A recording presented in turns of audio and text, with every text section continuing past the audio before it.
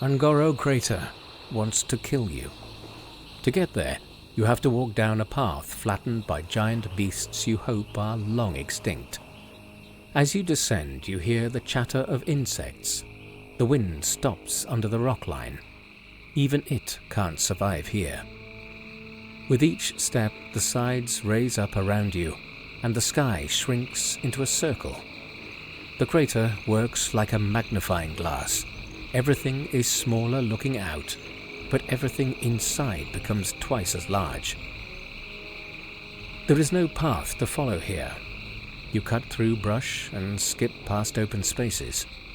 Smaller skeletons found within larger skeletons, both rotted away or hunted by something even bigger. Weak creatures that didn't pay enough attention. The cycle of life and death unfolds here in real time. It's crowded with apex predators. Survival of the fittest is not just a slogan, not an empty threat. This is biology in action. Mourn them and move on. You can't stop anywhere for long. All the senses get overwhelmed in the crater, but smell most of all. Impossible smells rise out of the ground. Sinister breath lingers in the air. The fumes from the toxic trap of the tar pits.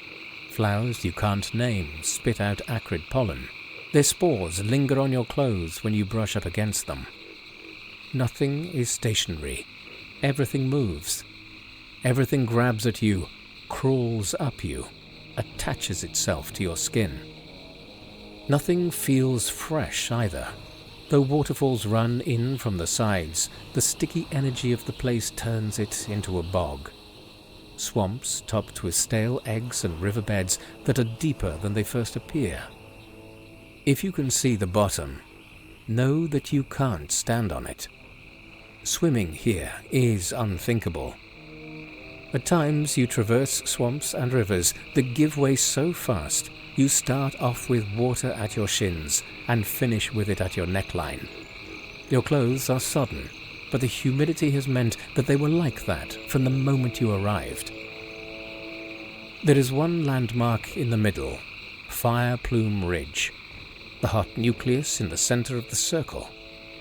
As you approach, the ground turns black, and the smell of sulfur overwhelms the rest of the scents. The lava pours out of the sides of the volcano in erratic bursts. Caves and corners give way to magma. You walk on tiptoes and struggle to stand in the cinders.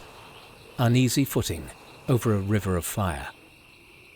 Elementals leap out of the flames, surprising you with their white-hot heat. Move round the ridge and get to somewhere safe. Don't stop. Further on the journey, there are creatures you hear before you see. You look around for somewhere to hide, but there isn't enough light to find a safe space. The air is so thick you want to brush it out of your eyes. A palpable atmosphere. In such a dangerous place, you wonder what kind of creature would be so audible. Its lack of fear makes it even scarier than the things that slide and slither out of sight. Worse than the living hives of insects bigger than you, scars on the landscape that twitch with activity. Others live at altitude, clinging onto the cliffs for survival.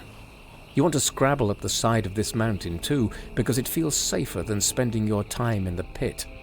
But there are gorillas and pterodactyls and bandits, and they must maintain their territory. Still, the caves are cool. The stone works to keep the temperature down. Stay at the mouth for a few minutes. Let it recuperate you and dry the sweat on your back. There are scattered camps of survivors up here, some who have fallen into the crater and have no way of getting out. Then there are the ones that choose to stay. They are best avoided. They bring a reckless energy that, when mixed with the noxious air, makes you feel uneasy. They give you tasks, ask you favors, and then say, it's dangerous to go alone. Nobody in their right mind wants to join you. After all, this place shouldn't exist. It's a cosmic experiment. Or maybe it's an accident. a giant puddle formed from a footprint of a beast that created the continents of the world. There's certainly no consistency here.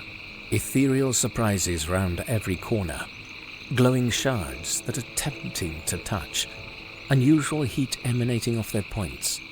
Touching them would give you hundreds of bright blue splinters, but the urge remains. Can there be beauty in a place so deadly? Is the pattern of a toxic frog irresistible? The glimmer of a scale from a dinosaur whose spine fans out a length of a building?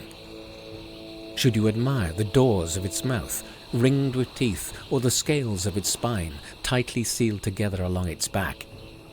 It is treacherous to look for too long, but just as it's impossible to avoid threat here, it's impossible not to be drawn to it either. Don't get enamored. There is no way to traverse the crater except quickly. Run from side to side and take whichever route is possible. There could be no rest, and there could be no admiration. If you must, stand on the lip of the crater from Feralas or Tanaris. Look down and see it in its entirety. A pit of danger, a marble of evil. The host wanted to remove you. Be glad you got out whilst you could. A great city feels like the center of the world. When you walk into Stormwind, the first thing you see is the Valley of Heroes. Even though it's all man-made, it's as impressive as any natural valley. Great statues, 30 feet high, provide chiseled faces to the names you have heard from stories. Neat bricks placed in tidy mortar, washed and white. A stark contrast to the healthy dirt of Elwyn Forest that lays behind you.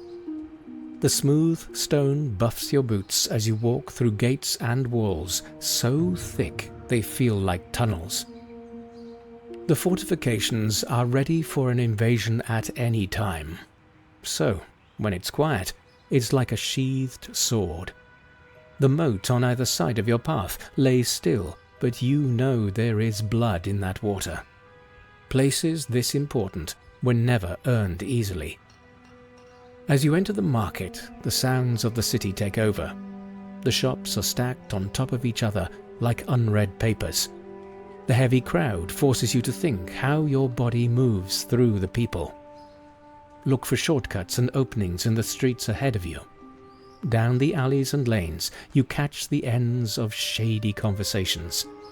Something untoward is happening in the shadows, but the shopfronts aren't safe either.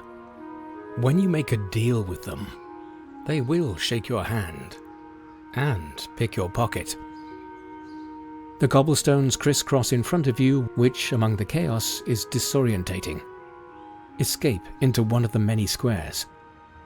It's a wonder there are so many buildings. After all, there are no quarries in Elwyn. Azeroth sent all of its best stones, collected from hundreds of regions over nearly as many years. The sheer amount of mass is the result of one huge heave of humanity's efforts. Beyond the market, the canals parcel up the rest of the town. The water is dirty. No city's waterways are truly clean, but dirty in an honest way, with sweat and sawdust. It's a mix of what comes out of the denizens' collected efforts, the grease that runs off the dwarven district, the old town hammered together like a scow, leaking blood and booze, the runoff of the experimental potions brewed in the mysterious Mage Quarter. Even among the marvels of masonry, the mages of the Kirin Tor find magical new ways to build with bricks. The park does its best to provide a salve, a burst of green that all your senses savour. It's different from the collections of noise and grit in the rest of the city. There is physical and mental space to think. There are shadows cast by trees where you can sit in the shade from the sun and listen to birds sing. There are long benches and even longer silences, broken only by the sound of solitary pages turning. But Stormwind is a temple to engineering too.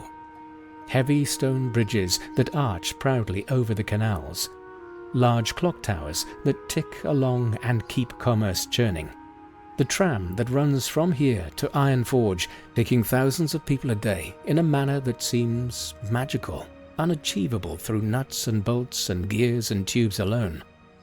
The complicated jigsaw of engineering that demands respect. But there is one place that is visible everywhere you look. The Cathedral of Light, the center of civilization. All eyes open to this temple of humanity during the day, and at night you can hear the prayers sent in its direction. The spire, nave and chancel rise like a fist into the sky. It is so calm inside the church that you can't imagine a hammer hitting the base of its foundations, nor a chisel filing away the edges. It must have been found as it sits, created by divine providence. The stained glass casts a judgmental kaleidoscope on the blue carpet, which has a permanent smell from the incense absorbed over the years. It's a place that insists on quiet. There is an expectation of reverence. As a result, even non-believers can't help but worship at its altar. They say that a great house requires wisdom to build, understanding to establish, and then knowledge to fill it with treasures. If Stormwind is the great seat of a great house, where are its treasures? In the keep with the king. This is clear once you make your way out of the main thoroughfares and into the marble corridors of power. There's no loud noises here. The sound of power is, it turns out, the sound of time passing without event, the drip of wax onto bronze plates, the steps of the guards, and the whispers of advisors into royal ears perked up. But if you need a reminder that you're at the center of the world, make your way back to the trade district, to the fountain by the square near the entrance to town.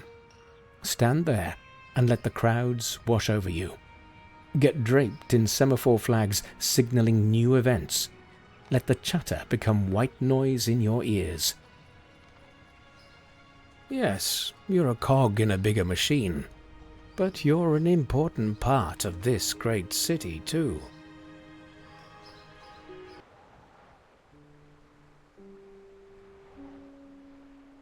A grey desert, a valley full of bones. The floor's colour doesn't quite make sense in Desolace. Is it glass? Is it sand? Dirt? You step through it and your footprint glints slightly but gain no further clues. The only certainty is that every direction you look in is empty, which explains its name. Nothing could hide here. There is space as far as you can see. No blockers, no tall things or trees. Low-slung rocks are scattered throughout like they were fired from a giant's catapult. The view is only broken up by the kodo that stomp and move across the horizon. There is a migratory rhythm you find yourself following, an ebb and flow which you match hypnotically. Kodo demand respect.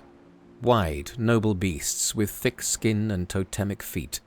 But these ones are older. This is a trudge against the clock. It is the final migration of mortality. The skin is heavy under their yellowed eyes. The broad backs that can carry a full-grown tauren are buckling. The bristles that run along their spine are drooping and patchy. Most animals are unaware of their impending death, but the herds of kodo that walk across the desert somehow know. They are homing back in on their ancestral graveyards. These blinking moribund beacons have called them from far across the continent. Stone Talon Mountains, Mulgore, and the Barrens. Watching them walk is when you realize that the ground here is made of chipped bone, falling forever from an hourglass.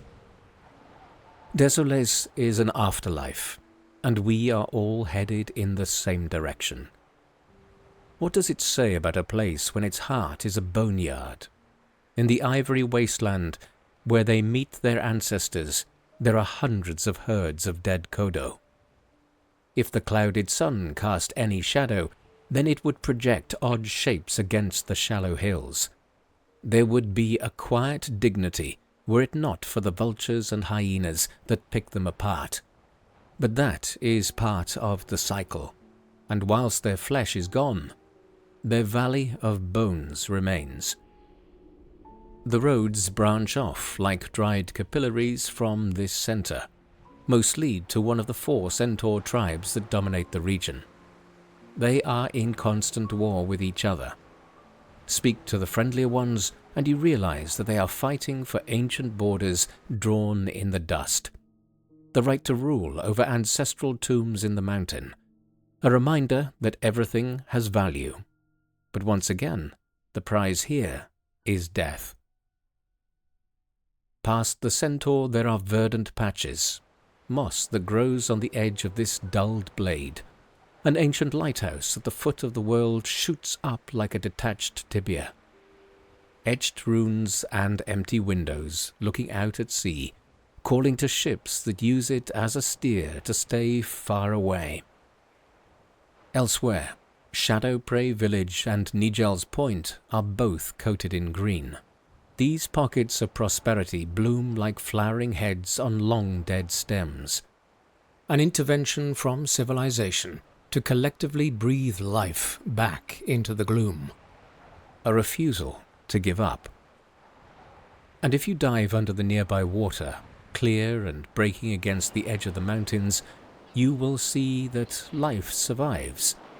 The coral here refuses to bleach. Pinks and purples and teals grow against the chalk. Clans of Naga live on the islands in the ruins of palaces, lost cities hidden by the waves, rusted bells in church towers that still ring when the tide gets choppy. Giants patrol, soaking the cliffs as they scale them with unbroken strides. Plumes of air rise up out of the fissures, and kelp forests coat the hills that would break up the horizon if they were above sea level. On your way back, it's easy to get lost. The roads from the coast can disappear with the changing winds. The Kodo have trudged through it, yes, but so have merchants. This place no longer yields crops, and as a result, created wanderers. Besides the centaur, there are no houses or villages. The only people you see are in caravans with squeaky wheels and silent drivers. This place doesn't foster friendliness. It's the reserve of the mercenary. Of the few fortresses run by malignant groups, the fences are high and spiky on both sides, designed to both keep people in and keep them out. Brutality is the only way to survive in such a bleak region. Although whatever has destroyed this place and turned it into dust has long gone, there are only the faint echoes of the initial roar, and there is no danger of it coming back. No embers are left to extinguish. Desolace is a place for companionless travel, for soliloquies. The emptiness of the environment allows your mind to unfurl onto it, to meditate and expand into the space so your brain can stretch itself sideways. Let your body meander for miles across this limbo. The increasing volume of the wind's lullaby, wearing you down as it builds across the wasteland.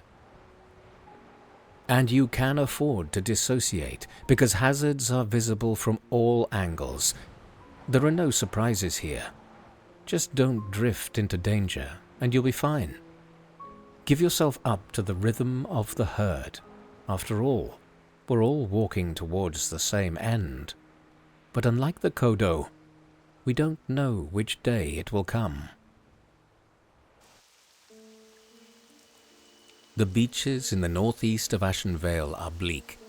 The heavy rains mix the sand into mulch, but even as grey water beats onto the grey shore, an inexplicable energy remains. A residual promise left over in the sand you can't help but listen to. But the tides are beating you away from the coast and into the forest. and as you make your way from there into the tree line, that promise soon pays off. It shoots up in all directions around you. It feels reductive to use the word forest because it's so all-encompassing that you can't be sure where it starts and ends. As soon as you enter, it becomes your entire world. Here among the trees, the painter has rediscovered the colors on their palette. These are more than just greens and browns. They are cypresses and ochres, chestnuts and viridians, and in case you had forgotten, there are violets and purples too, a reminder that there's magic baked in the boughs of these trees. Ashenvale glows with certainty, ancient orbs and crystals created for unknown purposes. Large towers carved out of white stone that could be bones from a primordial beast, pediments that fell so long ago that they are now part of the earth. The stone has healed itself. Their imperfection has become established. Look up, and you won't see a slither of sky under the canopy. The light comes from soft stones that glow, except at night, when the branches separate to let the moon in. Look down and you see a layered mass of leaves, flowers and shrubs, which part gently when you step across them. Under the ground and breaking its way through the soil is a torrential network of roots, rolling waves petrified into oak, maple and yew. The long path feels like the midrib of an unfolding leaf. The mass of fauna surrounds you on each side, creating an almost haptic experience of being watched. If you stay still and close your eyes, you can hear the sound of the grass eking from its shoots, can hear the creak of the roots as they pass against each other under the ground, the cascading sound of the leaves hitting each other in the sky like a choir calling out for you to keep walking. There is also the timbre of hoots and distant growls. This is the animal's home after all, despite the evidence of civilization that fits neatly around the flora. Mistral Lake's healing waters and the watchtower of Rainwood Retreat both provide a respite from long journeys. So does the town of Astrana, where drops of water hit the surrounding lake with a glow. Unobtrusive lamps hang from ornate wooden divides. Though there are no walls anywhere you walk, you feel protected. The elves are disinterested hosts, focused on other tasks. They are even indifferent to the rain. It runs off their bodies and onto the ground like they are one entity entirely. Continue through the town and you find crossroads that have real consequences. Roads built around trees that are so wide you're forced to choose a direction to navigate them. There are also thin trees that whip in the wind and coil into one another. Trees that house entire families, so big you can run across them. Flatter and sturdier than some of the paths, and safer too. Occasionally there are caves built into the root system of these ancient conifers. Although they look like dead ends, they bloom on the other side to reveal secretive temples of worship. The edge where the grass meets the rock hides throughways to the mountains and deserts, watched over by dedicated guardians. In these parts, the canopy protects the saplings.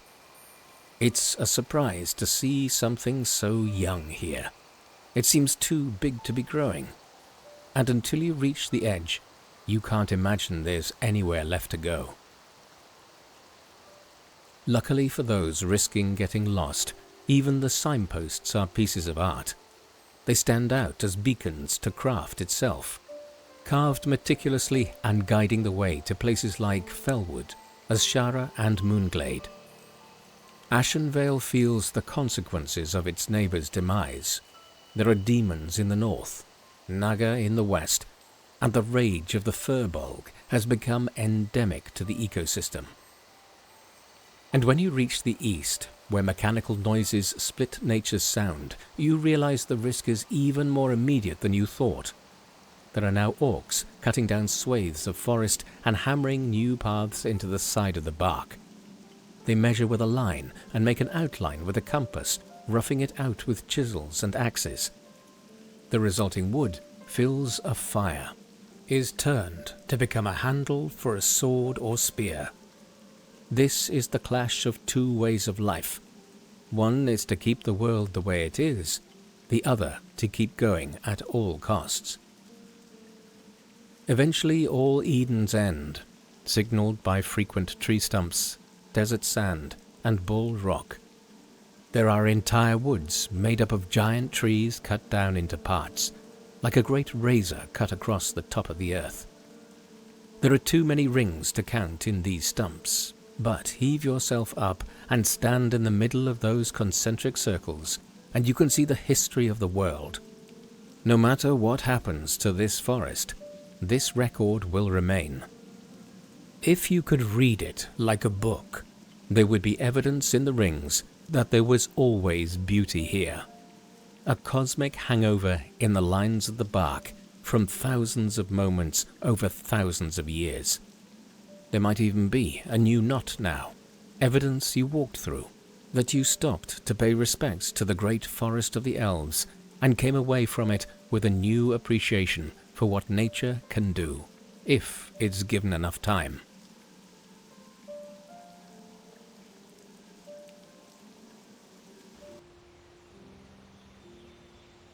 The flowers flourish in this field.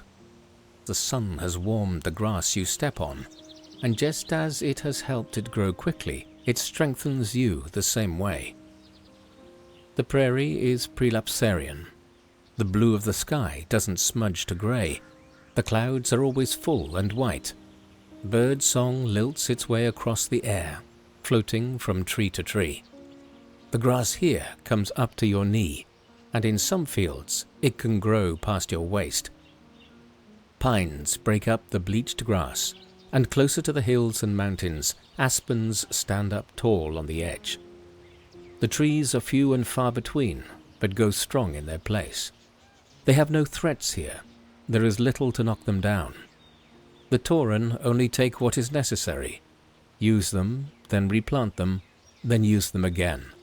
A virtuous cycle repeated for decades. Bloodhoof Village is the first stop, and green pastures soon give way to quiet waters. Stonebull Lake is deceptively deep and full of fish and stones that were skimmed into it on summer afternoons. An oxbow lake full of reeds and soft sand. Smooth pebbles stacked in the nearby flowing stream. Sit on the dock so that your legs drift off the edge, and take your time to get going again. Back on the path, you see great balancing rocks at odds with gravity. Impossible feats of granite placed there by gods. Your urge is to give them a wide berth. You don't want to disturb it. But when you walk up close, you can sense there is latent energy in the gaps of the joint where stone meets stone. As soon as it settled on there, it was falling. It's inevitable. The shadow it casts is a target. But not today. Beyond them, the plains stretch out flat, except for brief, bald bumps caught at altitude. The wind is ruthless at skinning a raised rock, and you have to hold your hand up to your face when it builds up to a crescendo. But otherwise you can see so far that it fades into mist. It's like you're looking off the very edge of the world. Your eyes let you down before the horizon does. As you walk towards the mesas from the village, the sky bends to meet the earth, and you can see where the hills start. Great jagged teeth at the edge of the plain. From a distance, you think you could scale them with ease, but as you get closer, it's clear how tall they are. The wide angles of the prairie have made molehills of these mountains. The size is fitting, considering whose home this is. For creatures so big, the Tauren are not obtrusive. They blend into this grand vista. Their teepees, the windbreakers, the posts and pulleys all ease into the environment. An additional swab of paint on the tableau. There is care in each of their collisions with nature, just as there is in their conversations. Thunder Bluff, their great city in the sky, only accessible by a rope elevator that runs 200 feet in the air, The bluff is teeming with activity on each of its 4 mesas. The air is thinner here, which is why you think you're hallucinating this impossible elevation. Tauren stretch credulity as they cross the rope bridges, testing every equation of its engineering. Tents open up, bigger on the inside, through doorways as tall as the hills they build on. You feel every layer of leather block the howling winds as you enter. You can warm this high up with enough effort. Take the elevator back down and explore north of the bluff. Between here and the Barrens, there are some risks. Creatures scurry in the shadows of the capital. You need to keep your vigilance. There are boar caves with huge brambles that cover entire mountainsides and could impale you with a wrong step. Wolves, big cats, and striders cross the roads with threatening confidence. All the paths you walk across were worn smooth by heavy hooves. Loose stones mark the dirt tracks. Occasional fires in the mouths of carved wooden totems suggest you're on the right path.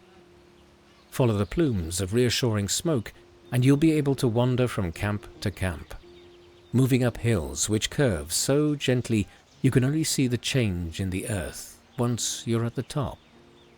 Before long, you're back in the meadows, kicking pine cones and chestnuts that have fallen onto the floor, there to be picked up and eaten. Mulgore is a place for the gatherers as well as the hunters. It provides to those that can tame just one aspect of it, for those that look out for it. The elements here are not forgiving, but they have been looked after, and as such want to reciprocate to its guests. It's a pleasant walk across this prairie, but it's good to stop and sit when you get a moment. Lean against the uneven bark of a tree, below the branches but above the roots. Unwrap a bundle of cornbread. Take as much time as you need. There's no rush to leave. You won't find anywhere better than here.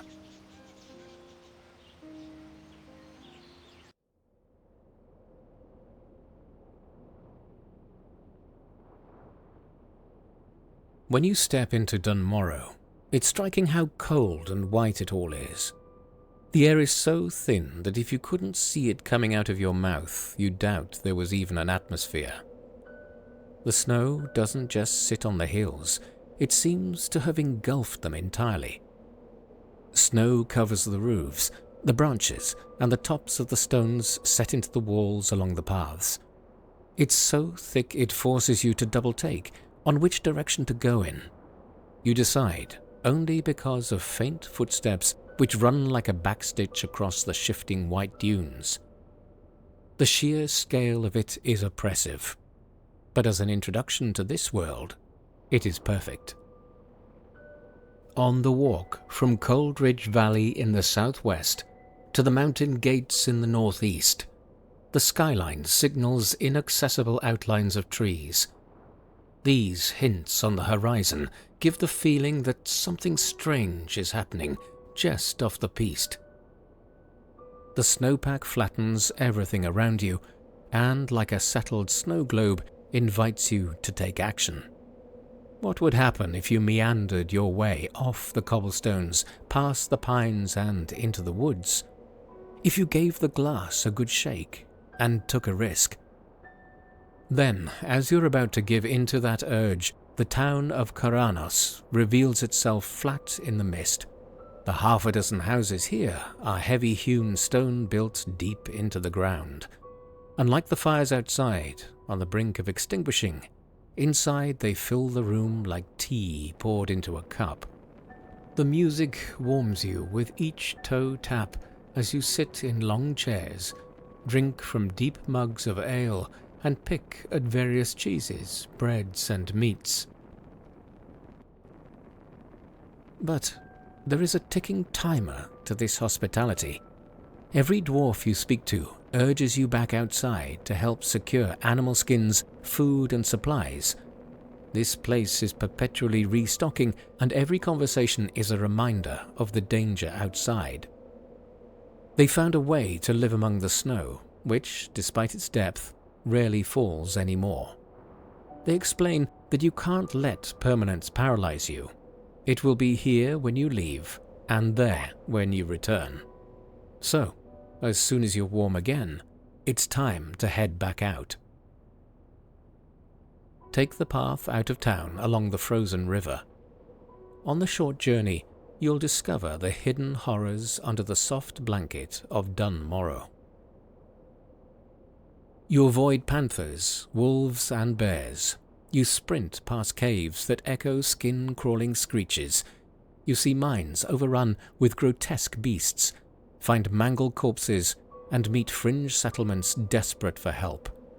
You see rope bridges with icy beards, the hint of troll tents hidden from view round a contoured corner. Nowhere is safe, but the combined hostility of the environment and enemies makes this place much, much more dangerous than it looks. But keep walking, and the silence will soon bring serenity. In the west is Iceflow Lake, where in the rock pools of the meltwater you can find perspective. A floating tree log and an abandoned boat cast shadows onto a maroon shoal of fish. But watch the water for too long, and the winds change, carrying the smell of oil and death from the collapsed city of the gnomes. Further east, you run past frozen farms, take in flats with long views, and see smoke billow from distant houses. There are docks built on icy tides, preserved in time, and abandoned airfields with ramshackle runways long out of use.